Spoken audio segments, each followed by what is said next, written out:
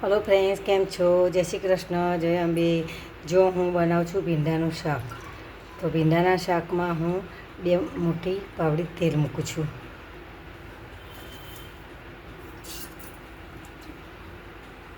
દહીં નાખી અને જીરું નાખવાનું.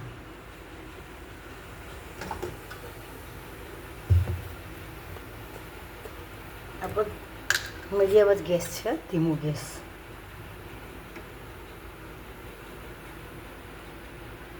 હિંગ નાખવાની.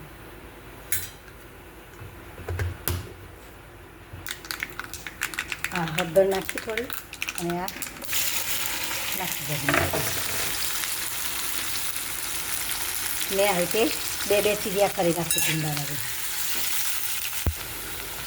જો ફ્રેન્ડ્સ, આપણા શાક ચડી તો ગયું છે, થોડું બાકી છે. હવે ત્યાં સુધી આપણે હવે મસાલા કરી દઈએ. મસાલામાં આને બધા મિક્સ મસાલા કરેલા છે. અહીં બધો જ મસાલો અંદર બધા જ નાખી દીધા છે. ખાલી આટલા એક જ આટલું નાખી દો તમે એટલે બધું ભરવાનો પણ મસાલો આવી જાય ને પેલો પણ મસાલો આવી જાય.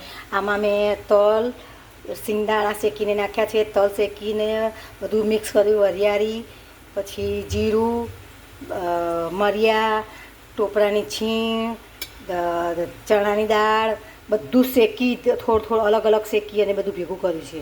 અને એના ક્રશ કરી અને આ મસાલો બનાવ્યો. પછી ઉપરથી મેં મરચું, લાલ મરચું, તીખું મરચું અને કાશ્મીરી મરચું, હળદર અને મીઠું એટલું નાખી અને મેં કર્યું છે. હવે આપણે આમાં કોઈ જ મસાલા કરવાના નહીં, ખાલી આ 2 ચમચા તમે નાખી દો એટલે શાકમાં બધું આવી જાય.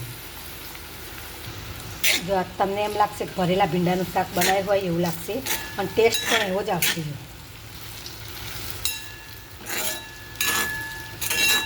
આપણું શાક તૈયાર.